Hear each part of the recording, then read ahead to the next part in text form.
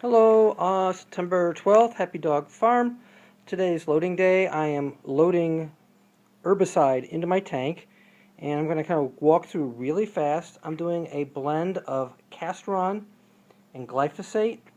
The Casoron is going in at a rate of 1.4 gallons per acre, which is 1.4 gallons per 100 gallons. So times 0.4, because I have a 40-gallon tank, gives me 0.56 gallons times 128 gives me 72 fluid ounces. Metric it ain't. I'm also blending that with glyphosate.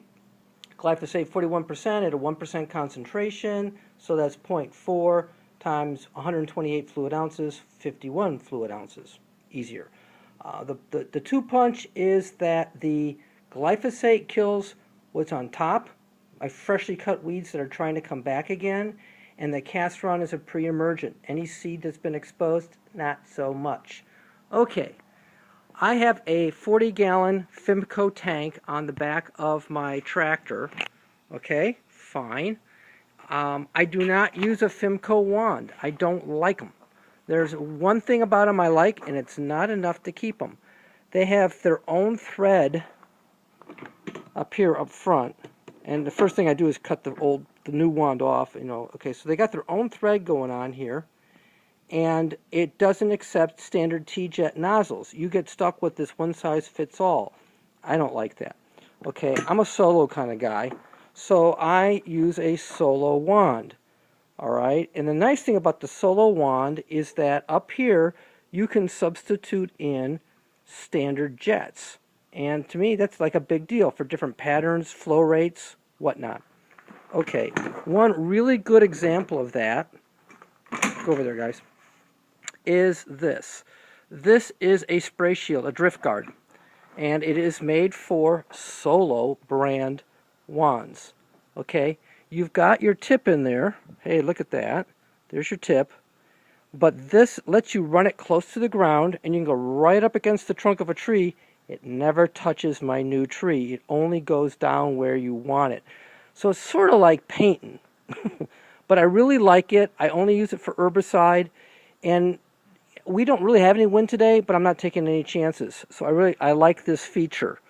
And then as you can see, that's a standard style TeeJet, standard style nozzle in there. And I like that. Something else I've got going on here is I'm using a battery eliminator over here, and it puts out 6 amps, and it's sort of your standard Tractor Supply. Schlemecker, I think, makes it. Gives you a cigarette lighter plug. And while I am mixing the tank and such, I can run the circulator. And this is a really big deal for me. I'm going to turn that off.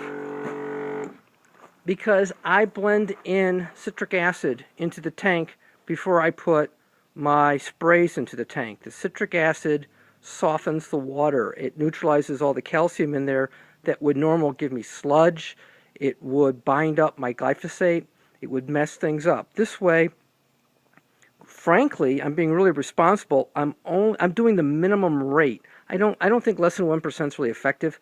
Even though they say 1/2 of 1%, you can do that. But I'm trying to make sure that I'm not putting more out there than I have to. Not only is it economical, don't use more than you have to, but I'm thinking, yeah, it's ecological too. Both of these agents, they're not benign. They kill plants, they suppress plants, but they're not toxic. They're not really persistent in the system. They go away. It's good. Yeah, I know there's a lot about glyphosate. Given what's going on, it is probably the safest herbicide that I can use under my trees. So we'll leave it at that. I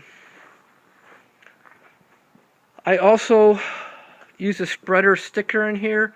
That stuff is incredibly concentrated. So for a 40-gallon tank, I put in 10 milliliters, 3 teaspoons into the tank. It's actually easier to use a 1 milliliter pipette and go and squeeze it in there.